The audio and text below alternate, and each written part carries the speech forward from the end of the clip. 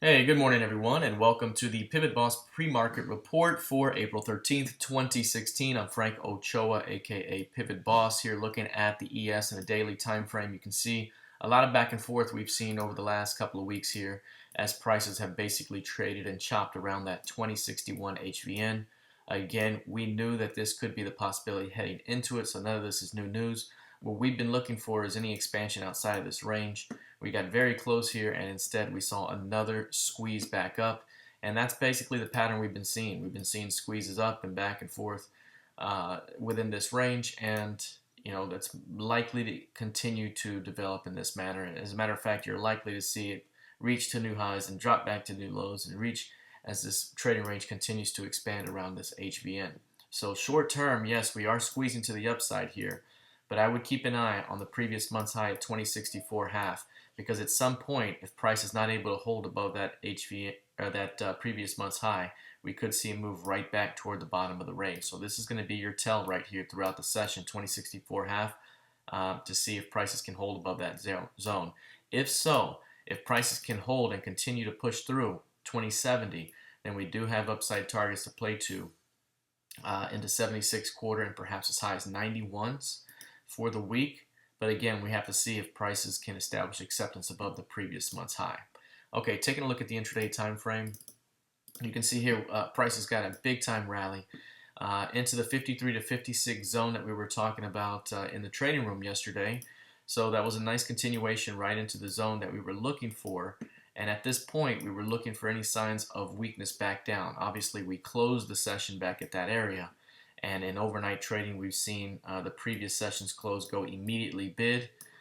Prices back to the previous high also defended and stepped above the previous month's high, where you're now seeing an attempt to defend that area. So again, 2064s are going to be very important.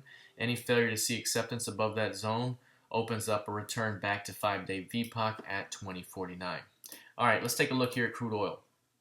Looking at crude oil, you can see we've had obviously a significant squeeze.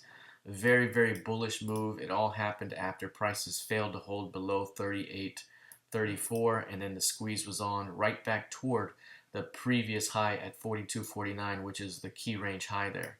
I mentioned yesterday in the closing report that anytime you get a big move like this, I believe this is 129% of average daily range, the expectation is usually for a pullback digestion day in the upcoming session, and that's what we're currently seeing in overnight trading. So if this session continues to build out in this manner, look to fade new lows and look to fade new highs as this thing chops and trades in this area. Any push into the previous high from 2 sessions ago, so that's going to be basically the 4070s.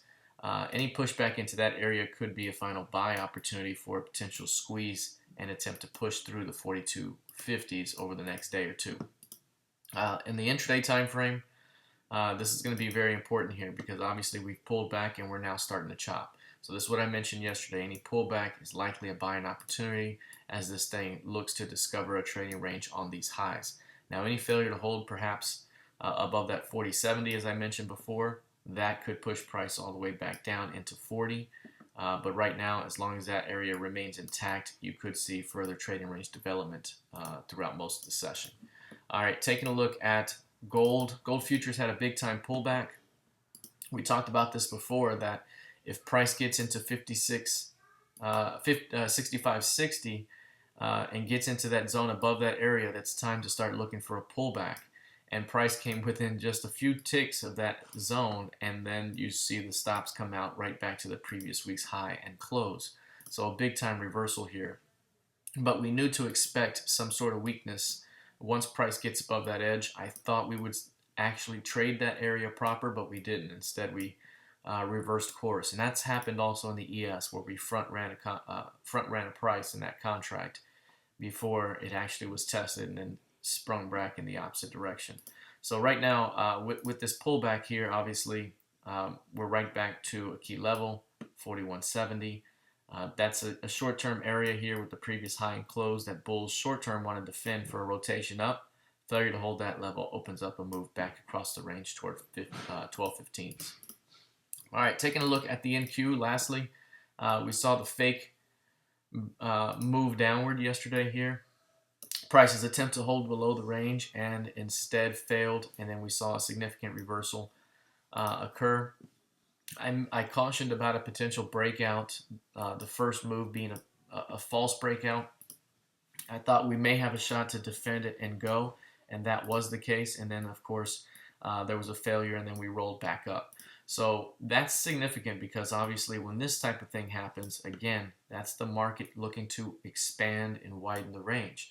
So with that in mind, it would make sense that we would likely come up and take out highs above these highs, take out those recent highs above 45.50, at which point we may begin to see some weakness, come down and trade back to 4,400 and expand the trading range on these highs.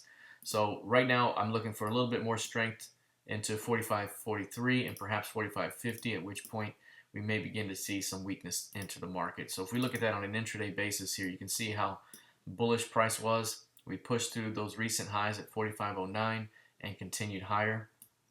And right now, again, what I'd be looking for is any push into the previous week's high, perhaps into that primary bull target here. Here's 45.50, 45.48, 45.43, 45.40 in general. All of that, those are key levels right there, very important key levels. So if we do squeeze one more time into that zone, watch this zone carefully, because any failure to hold above it, I think, opens up a return back to 5-day VPOC, and that's 44.85. For now, look to buy the dips as this thing continues higher until we get above that zone. Then you got to watch what happens. All right, that's it for now. Let's see how this thing plays out the rest of the session. Good luck and trade well.